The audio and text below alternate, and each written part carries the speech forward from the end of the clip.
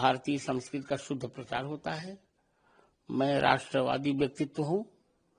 राम और राष्ट्र में मेरे दृष्टि में अंतर नहीं है, और मैं मानता हूँ जब तक भारतीय संस्कृति जनमानस में नहीं आएगी तब तक भारत में संस्कार भी नहीं आएंगे। तो मेरी कथा भारतीय संस्कृति का प्रचार करने के लिए उपस्थित होती है, और मैं मानता हूँ कि इस कथा से हमारा युवक संगठित होगा और हम मोदी जी के विकसित भारत के सपने को बहुत जल्दी पूर्ण करने में सहायक बन सकेंगे। जी, मौसम भी बहुत खराब था, जैसा कि कह रहे हैं ना, बहुत लेकिन मौसम बहुत अच्छा हुआ। अरे चकाचकांत हो गया। एक तो पुरुषोत्तम मास है, अब पुरुषोत्तम मास में यह कथा हो रही है, वो भी लक्ष्मणपुर में हो रही है। और आज की कथा का जो मेरा शीर्षक होगा वो लक्ष्मण गीता से ही होगा। गुरुजी, आपने ये कहा कि मोदी जी जो एक सपना है, या कह दें कि एक राष्ट्र श्रेष्ठ राष्ट्र वाला, सनातन राष्ट्र वाला, इसको आप बहुत अच्छा, कितनी जरूरत है आज के समय? बहुत आवश्यकता है इसकी। आप देख रही हैं विश्व अशांति की अग्नि ज्वाला में झुलस रहा है।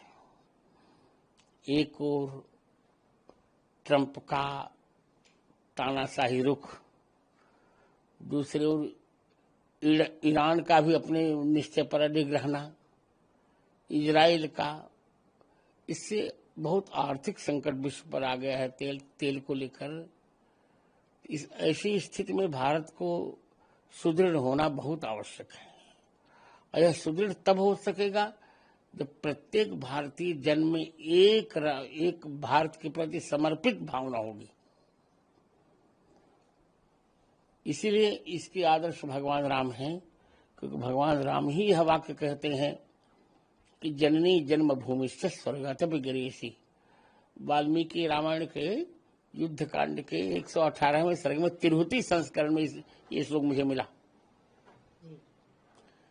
लोग कुछ भी बोले, पर मैं सबसे प्रश्न करता हूँ, विपक्ष हो चाहे सपक्ष हो, राम जी कहते कौन ऐसा बोला जिसने जो कहते जननी जन्मभूमि से स्वर्गत विगरेसी?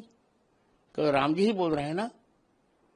इस राष्ट्र को राम जी के ही आदर्श की आवश्यकता है।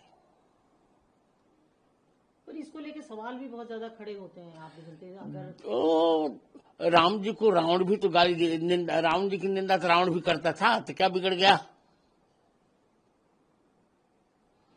पर जो सही सही पढ़ते लिखते होंगे वे जान जाएंगे कि इस राष्ट्र को श्री राम के आदर्शों की बहुत आवश्यकता है।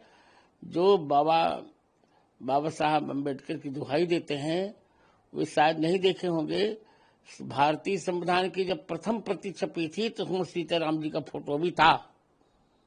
जी, तो सनातन को लेके जब विपक्ष परिहास करता है, चाहे राहुल गांधी हो चाहे मोदी जी कुछ भी करते हैं उस पर सवाल खड़े करते हैं, चाहे विपक्ष हो अखिलेश यादव जी हो, तो आपको लगता है कि क्यों से विपक्ष आज सवाल खड़े करने के लिए कुछ भी बोलता है, या सिर्फ मोदी जी को विरोध करना? इनके पास कोई मुद्दे ही अब नहीं रह गए ना,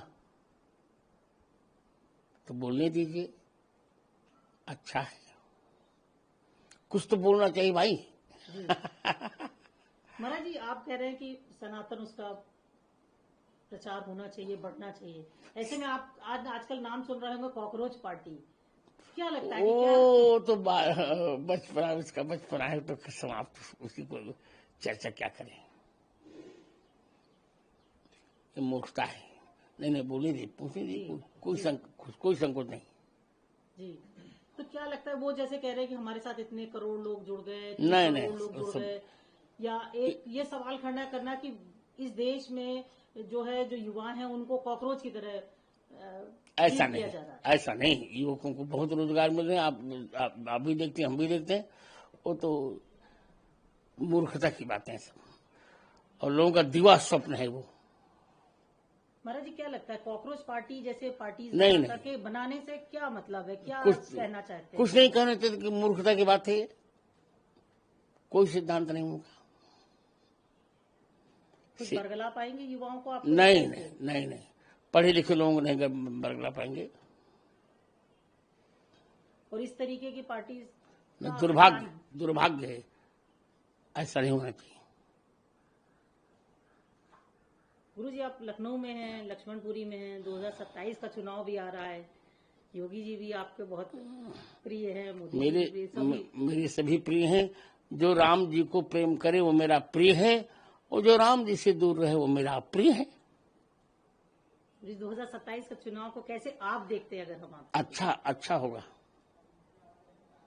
अच्छा देख रहा हूँ। योगी जी के लिए हम फिर उनको दोबारा मुख्यमंत्री देखेंगे? कितना जा सकता है? जैसे विपक्ष कह रहा है कि पीडीए आएगा। कोई नहीं, कुछ नहीं होगा, सब मंगल होगा, राम जी की ही विजय होगी।